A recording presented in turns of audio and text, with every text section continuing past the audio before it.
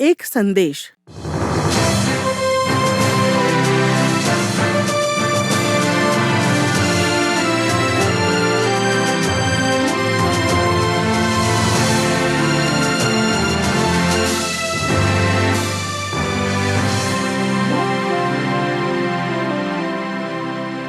कार्यक्रम यीशु की कहानी में आपका स्वागत है। आज एक बार फिर हम अपनी नाटकों की श्रृंखला छुटकारे की कहानी को जारी रखते हुए आगे बढ़ते हैं। सत्य तो ये है कि मानव जाति ने सदैव ही असफलता के साथ संघर्ष का सामना किया है।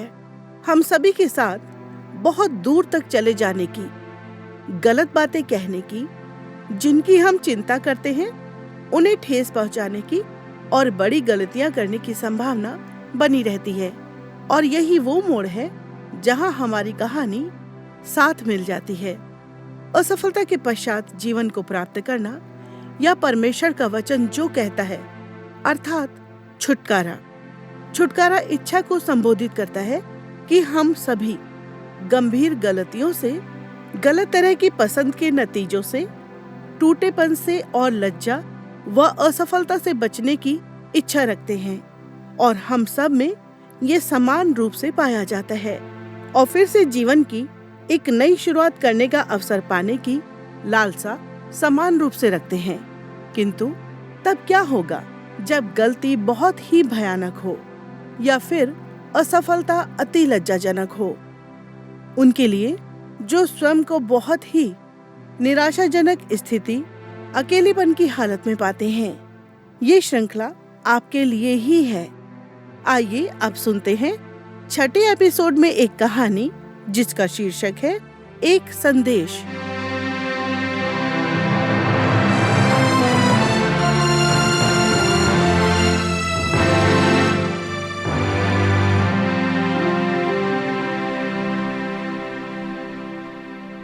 मनुष्य जाति पूर्ण रूप से पतित हो चुकी थी। परमेश्वर ने पहले आदमी और औरत को बहुत ही खूबसूरत बनाया और एक सुंदर वातावरण में रखा, लेकिन फिर भी उन्होंने अपनी मनमानी करके परमेश्वर की आज्ञा और उसके अधिकार का उल्लंघन किया। इसके परिणाम स्वरूप वो परमेश्वर से दूर हो गए। इसके बाद का इतिहास हम सब भली भांति जानते हैं। जो संसार आकर्षक और सुंदर था, अब वो भयंकर और शत्रुता से भर गया था। लेकिन अब परमेश्वर से बलवा करने और पाप करने की प्रवृत्ति के कारण मनुष्य परमेश्वर से अलग हो गया था। परमेश्वर नहीं चाहता था कि ये अलगाव हमेशा के लिए रहे। हालांकि हम दोषी और पापी हैं और इस अलगाव को दूर करने में असमर्थ हैं। परमेश्वर ने इस समस्या को दूर करने का निर्णय स्वयं ही लिया और हमें हमारी गलतियों और गलत चुनाव से छुटकारा दिया है। परमेश्वर ने अपनी इस छुटकारे की योजना के अंतर्गत समस्त संसार को आशीषित करने के लिए अब्राहम को चुना और ये कार्य उसी के वंश से पूरा किया। लेकिन कई सारी पीढ़ियां बीतने के बाद जब उन्हें अकाल का सामना करना पड़ा और उनको इजराइल की संतान कहा गया और ये लोग मिस्र में जाकर रहने लगे और मिस्र के राजा फिरौन के गुलाम हो गए, उनका जीवन बहुत ही दुखित हो गया था। तब परमेश्वर ने इजरायली कौम के गिड़गिड़ाने की चिल्लाहट को सुना। परमेश्वर ने मूसा नामक एक इजरायली को चुना जो मिद्यान देश से भाग आया था। इसी मूसा को परमेश्वर ने वापस मिस्र में भेजा ताकि वो फिरौन के सामने खड़ा होकर परमेश्वर का संदेश दे सके।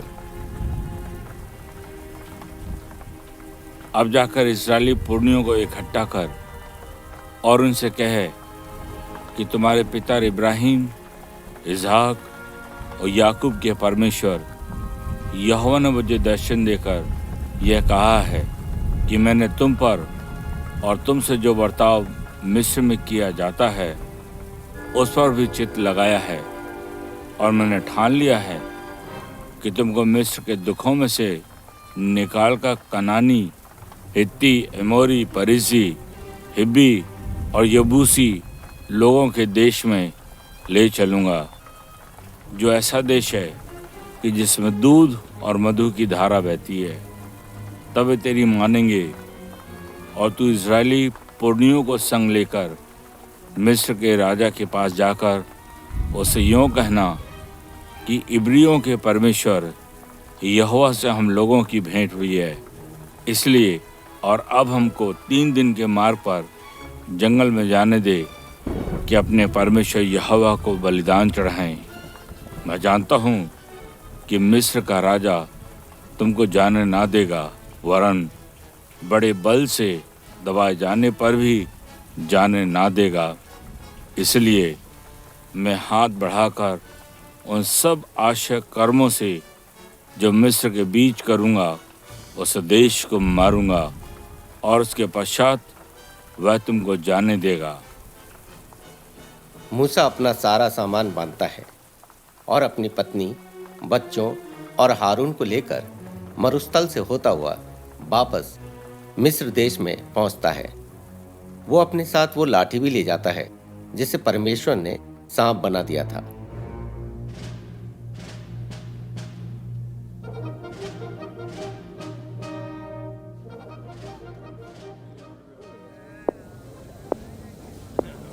शांत हो जाइए।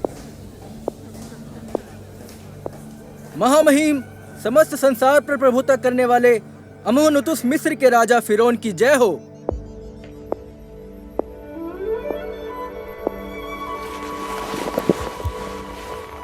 उसे अंदर आने दो।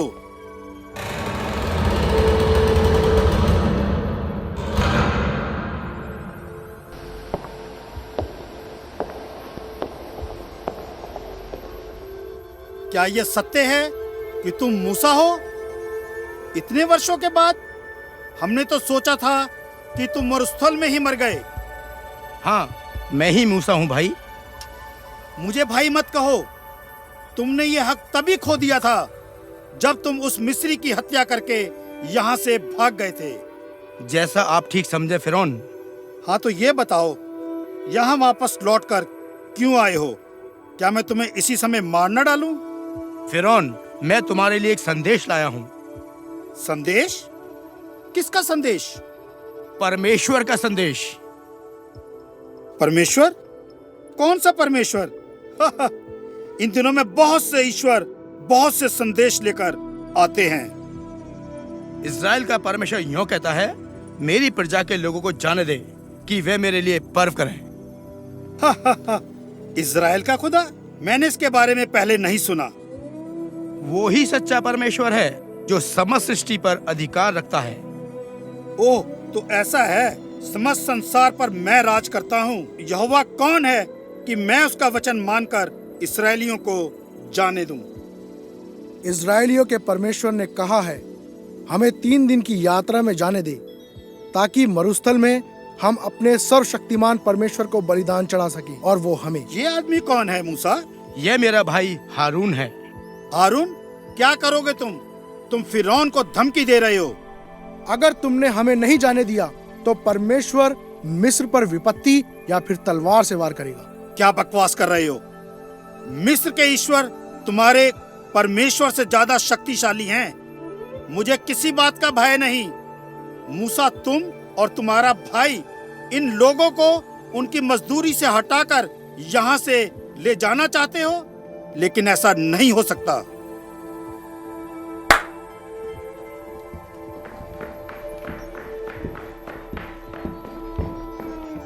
देख मूसा, अब मैं क्या करता हूँ तेरे इन लोगों का। हे तुम जितने भी सरदार और काम लेने वाले अधिकारी हो, अब तक ईंट बनाने के लिए लोगों को पुआल दिया करते थे, सो आगे को ना देना। वे आप ही जाकर पुआल इकट्ठी करें। जितनी ईंट अब तक उन्हें बनानी पड़ती थी, उतनी ही आगे को उनसे बनवाना। ईंटों की गिनती कुछ भी ना घटाना, क्योंकि वो आलसी हैं। इस कारण ये कहकर चिल्लाते हैं कि हम जाकर अपने परमेश्वर के लिए बलिदान करें।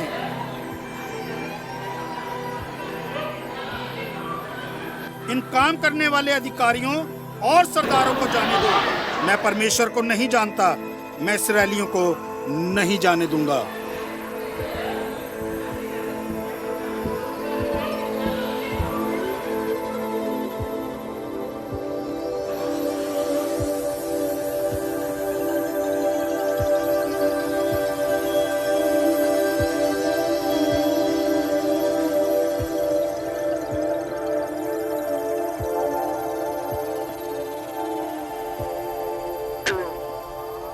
इजरायलियों की दशा अब पहले से भी बुरी हो गई थी।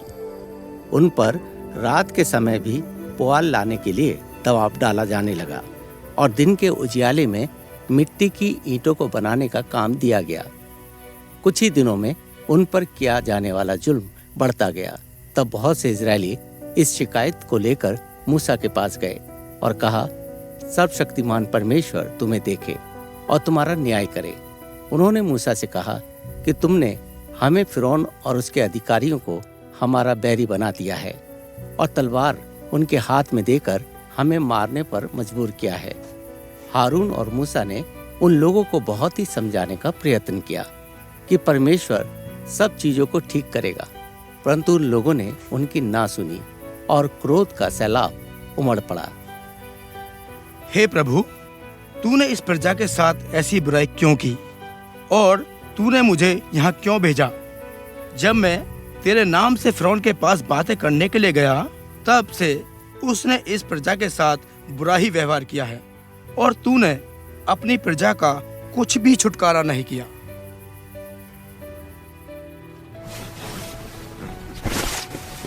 मूसा, जी सर्वशक्तिमान परमेश्वर, मैं यहोवा हूँ।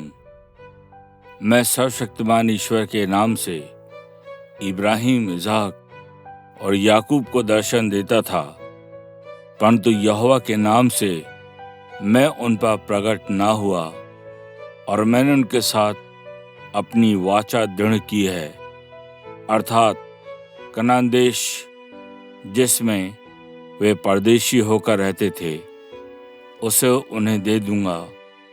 और इजरायली जिन्हें मिस्री लोग दासत्व में रखते हैं, उनका कारहाना भी सुनकर मैंने अपनी वाचा को स्मरण किया है। इस कारण तू इजरायलियों से कहे कि मैं यहोवा हूँ और तुमको मिस्रियों के बोझों के नीचे से निकालूंगा और उनके दासत्व से तुमको छुड़ाऊंगा और अपनी भुजा बढ़ाकर और भारी दंड देकर तुम्हें छुड़ा लूंगा और मैं तुमको अपनी प्रजा बनाने के लिए अपना लूंगा और मैं तुम्हारा परमेश्वर ठहरूंगा और तुम जान लोगे कि मैं तुम्हारा परमेश्वर यहोवा हूँ, जो तुम्हें मिस्रियों के बोझों के नीचे से निकाल ले आया।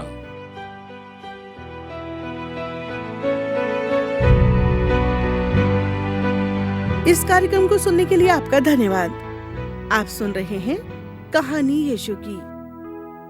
पिछली कहानी में हमने सुना था कि अकाल पड़ने के कारण इस्राएली लोग मिस्र में आकर रहने लगे थे और फिरौन जो मिस्र का राजा था उसके गुलाम बनकर रहने लगे थे।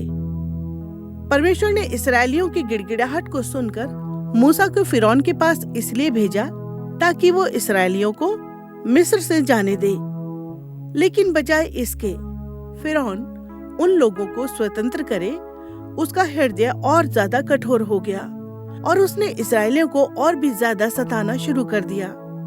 आइए फिर से आगे की कहानी को सुनते हैं, जिसमें उन लोगों और घटनाओं की चर्चा की गई है जो परमेश्वर के वचन पर आधारित है।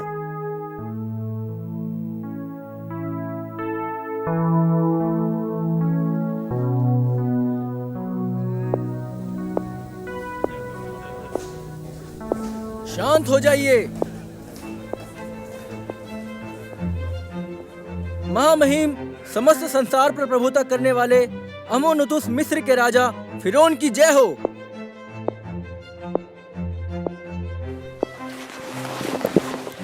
क्या वो फिर यहाँ आया है? ये मूसा हमारे कामों में बाधा बनता जा रहा है। उसे आने दो।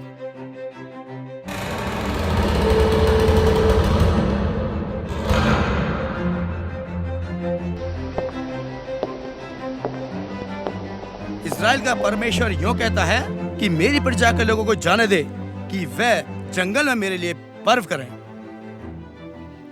तुम्हें कुछ ऊंचा सुनाई देता है क्या मूसा? मैंने कहा ना, मैं उन्हें नहीं जाने दूंगा।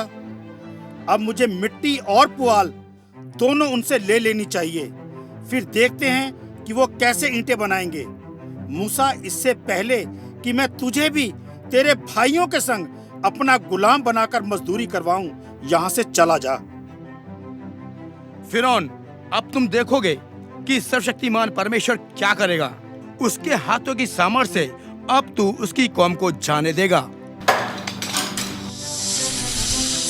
अरे उसकी लाठी सांप बन गई। कोई आश्चर्यचकित होने की जरूरत नहीं है, ये सिर्फ एक जादू है। अरे लाठी सांप बन गई। फिरौन ने भी अपने जादूगरों को बुलाया, जिन्होंने अपनी लाठियों को सांप बना दिया, और फिरौन का हृदय और ज्यादा कठोर हो गया और उसने इजरायलियों को जाने से मना कर दिया। और फिर से मूसा को फिरौन के राज दरबार से खाली हाथ जाना पड़ा।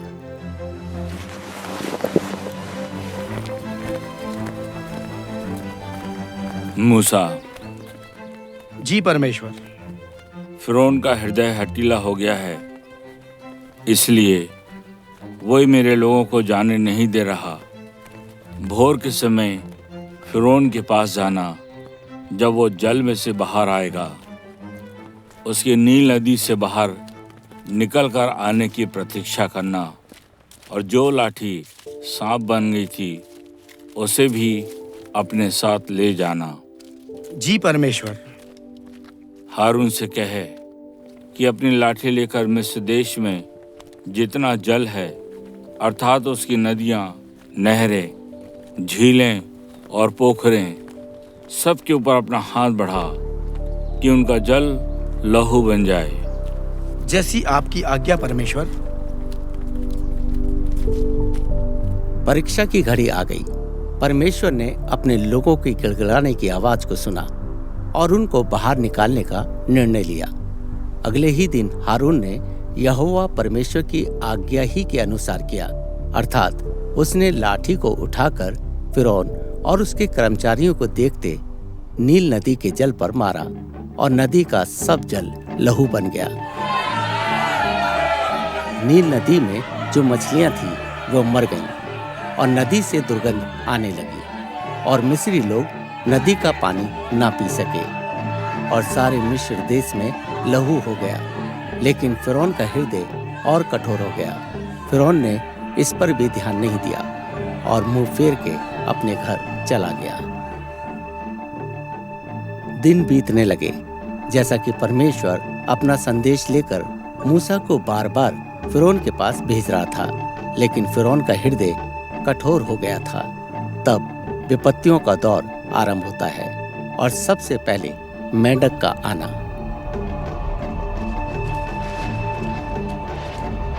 नील नदी मेंढकों से भर जाएगी और तेरे भवनों में और तेरे बिछौने पर और तेरे कर्मचारियों के घरों में और तेरी प्रजा पर, वरन तेरे तंदूरों और कटोतियों में भी चढ़ जाएंगे। और फिरौन ने राहत की सांस ली, लेकिन फिर उसका हृदय कठोर हो गया और फिर उसने इजरायलियों को नहीं जाने दिया। फिर यहोवा ने मूसा से कहा, हारून को आज्ञा दे कि तू अपनी लाठी बढ़ाकर भूमि की धूल पर मार, जिससे वह मिस्र देश भर में कुटकियां बन जाएं। फिर डांसों के झुंड के द्वारा विपत्ति का आरंभ होता है, जो फिरौन के राजमहल में पूरी तरह भर गए और इन डांसों के द्वारा पूरा देश तबाह हो गया। तब फिरौन मूसा के सामने पिघल गया और मूसा ने सर्वशक्तिमान परमेश्वर से प्रार्थना की। तब डांसों ने उस देश को छोड़ दिया और फिरौन ने राहत की सांस ली, लेकिन फिर उसका हृदय कठोर हो गया और फिर उसने इजरायलियों को नहीं जाने दिया।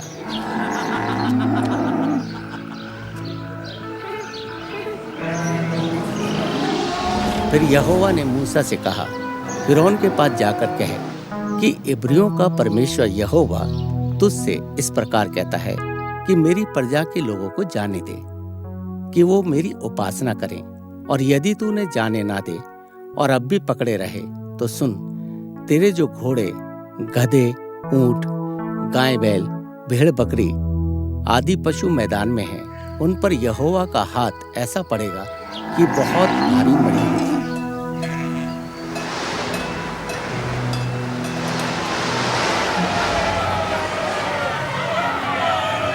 इसके बाद घोड़े और अपोलो की विपत्ति आरंभ होती है, जो मिस्र के सभी आदमियों और जानवरों को प्रताड़ित करती है।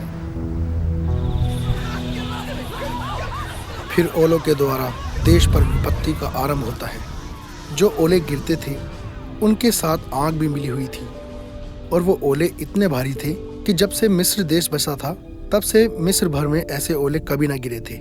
इसलिए मिस्र भर के खेतों में क्या मनुष्य क्या पशु जितने थे सब ओलों से मारे गए, और ओलों से खेत की सारी उपज नष्ट हो गई, और मैदान के सब वृक्ष भी टूट गए।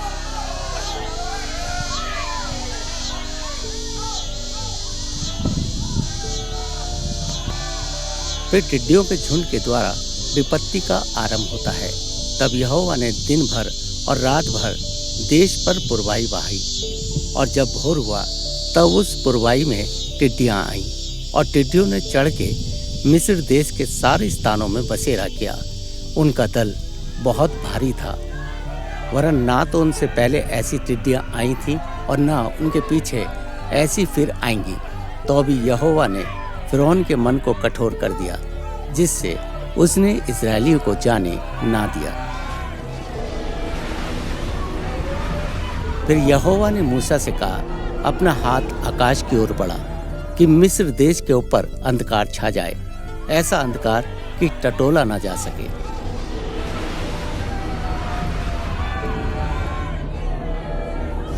आखिरकार एक बार फिर से फिरौन मूसा के सन्मुख जाता है।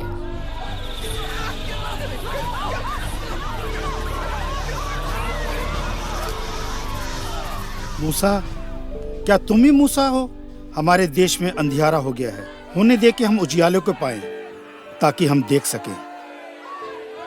हाँ, मैं ही मूसा हूँ। अब तुम लोग जाओ, अपने परमेश्वर की उपासना करो, अपने बालकों को भी संग ले जाओ, केवल अपनी भेड़ बकरियां और गाय बैल को छोड़ जाओ। नहीं फिरौन, तुझको हमारे हाथ मेल बलि और होम बलि के पशु भी देने पड़ेंगे, जिन्हें हम अपने परमेश्वर यहोवा के लिए चढ़ाएं। इसलिए हमारे पशु भी हमारे साथ जाएंगे। हाँ हाँ, जाओ, ऐसा करने की तुम्हारी हिम्मत हुई है। मैं फिरौन हूँ, मिस्र का राजा। मेरे सामने से चला जा और सचेत रह, मुझे अपना मुख फिर ना दिखाना, क्योंकि जिस दिन तू मुझे अपना मुख दिखाएगा उसी दिन तू मारा जाएगा। तूने ठीक कहा है, मैं तेरे मुंह को फिर कभी ना देखूंगा। यहोवा इस प्रकार कहता है कि आधी रात के लगभग मैं मिस्र देश के बीच में होकर चलूंगा, तब मिस्र के सिंहासन पर विराजने वाले का पहलौठा मर जाएगा।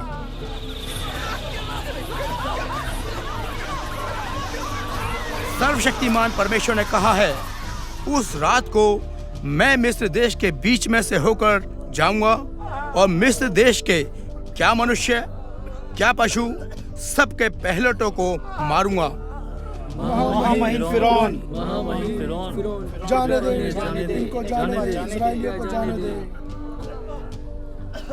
इस्राएलियों के विरुद्ध क्या मनुष्य क्या पशु किसी पर कोई भी कुत्ता न भौंकेगा, जिससे तुम जान लो कि मिस्रियों और इस्राएलियों में मैं यहोवा अंतर करता हूं। तब तेरे ये सब कर्मचारी मेरे पास आ मुझे दंडवत करके ये कहेंगे कि अपने सब अनुचरों समेत निकल जा।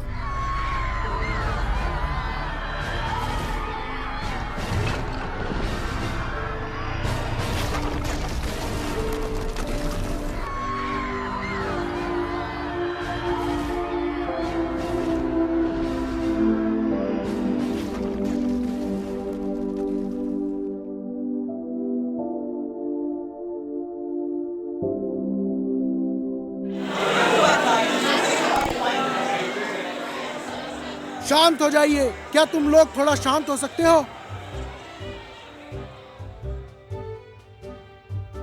इस कारण वह दिन तुम्हारी पीढ़ियों में सदा की विधि जानकर माना जाए। तुम अपने अपने कुल के अनुसार एक एक मेमना अलग कर रखो, और फसह का पशु बलि करना, और उसका लहू जो तसले में होगा उससे जूफा का एक गुच्छा डुबाकर उसी तसले के लहू के द्वारा चौखट के सिरे और दोनों अलंगों पर कुछ लगाना। मैं उस लहू को देखकर तुमको छोड़ जाऊंगा, और जब मैं मिस्र के लोगों को मारूंगा तब वह विपत्ति तुम पर ना पड़ेगी। मेरी बात सुनो। सब लोग मूसा की बात को सुने। सर्वशक्तिमान परमेश्वर ने कहा है, उस रात को मैं मिस्र देश के बीच में से होकर जाऊंगा और मिस्र देश के क्या मनुष्य क्या पशु सबके पहलटों को मारूंगा, और मिस्र के सारे देवताओं को भी मैं दंड दूंगा। मैं तो यहोवा हूँ। और जिन घरों में तुम रहोगे उन पर वह लहू तुम्हारे निमित्त चिन्ह ठहरेगा, अर्थात मैं उस लहू को देखकर तुमको छोड़ जाऊंगा, और जब मैं मिस्र के लोगों को मारूंगा तब वह विपत्ति तुम पर ना पड़ेगी, तुम नाश ना होंगे। तुम बिना खमीर की रोटी का पर्व मानना, क्योंकि उसी दिन मानो मैं तुमको दल दल करके मिस्र देश से निकालता हूँ। इस कारण वह दिन तुम्हारी पीढ़ियों में सदा की विधि जानकर माना जाए। वो सर्वशक्तिमान परमेश्वर है। हाँ, वो सर्वशक्तिमान परमेश्वर है, वो महान है।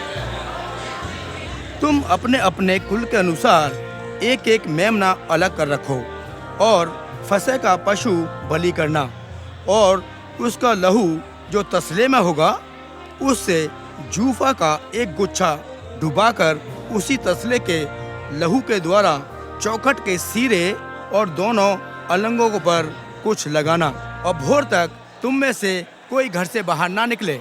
वो सर्वशक्तिमान परमेश्वर है। हाँ, वो सर्वशक्तिमान परमेश्वर है, वो महान है।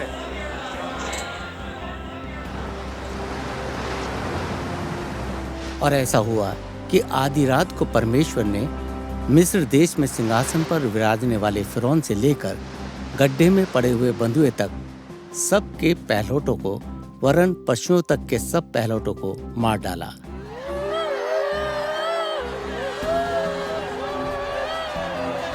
फिर से फिरौन मूसा और हारून के सन्मुख जाता है।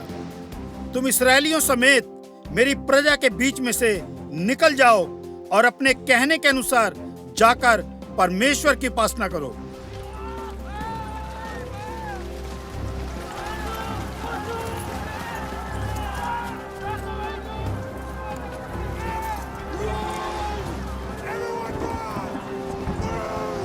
वो सर्वशक्तिमान परमेश्वर है।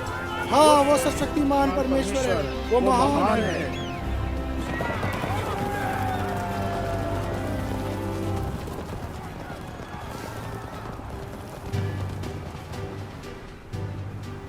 इजरायलियों की संतान के लिए आगे का सफर आसान नहीं था। मिस्र की सेना ने उनका पीछा करना शुरू किया और उन्होंने लाल समुद्र के बीच से होकर प्रतिज्ञा किए हुए देश में प्रवेश करने से पहले लगभग 40 वर्ष पीहड़ में बिताए। और जैसा कि वो अपने लिए सारी अच्छी वस्तुओं और अपने जानवरों को लेकर मिस्र से निकल आए थे, एक बात उनके जहन में थी, और वो ये थी कि वो स्वतंत्र हैं। परमेश्वर ने इजरायलियों को 400 वर्ष की दास्तव से छुटकारा दिया।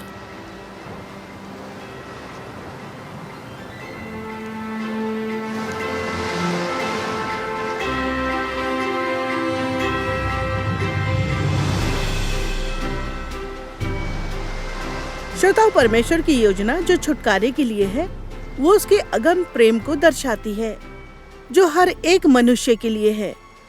परमेश्वर का वचन कहता है, बिना लहू बहाए पापों की क्षमा नहीं है। यीशु हमारे पापों के लिए क्रूस पर मरा। परमेश्वर के वचन में अब्राहम का अपने पुत्र को बलिदान करने की इच्छा और परमेश्वर के द्वारा एक मेढ़े का इंतजाम करना इसी बात को दिखाता है कि परमेश्वर भी अपने मेमने का बलिदान देगा। यूहन्ना बपतिस्मा देने वाले ने कहा, देखो परमेश्वर का मेमना जो जगत के पापों को उठा ले जाता है। वो हमारी जगह मरा। संत पौलुस ने कहा, पवित्र वचन के अनुसार यीशु हमारे पापों के लिए मरा, गाड़ा गया और तीसरे दिन मरे हुओं में से जी भी उठा। वो कब्र में नहीं रह सका, बल्कि हमेशा के लिए मरे हुओं में से जी उठा। अब मैं एक छोटी सी प्रार्थना करने जा रही हूँ। आप इस प्रार्थना को ध्यानपूर्वक सुनिए और उसे अपनी व्यक्तिगत प्रार्थना बना लीजिए। आइए प्रार्थना करें। प्यारे परमेश्वर, मैं विश्वास करती हूँ कि मैं अपने आप को नहीं बचा सकती। धन्यवाद कि यीशु मेरे पापों के लिए मरा। धन्यवाद कि यीशु ने मेरे सारे पाप अपने ऊपर ले लिए। धन्यवाद कि यीशु हमारे लिए मरे हुओं में से जी उठा। आमीन।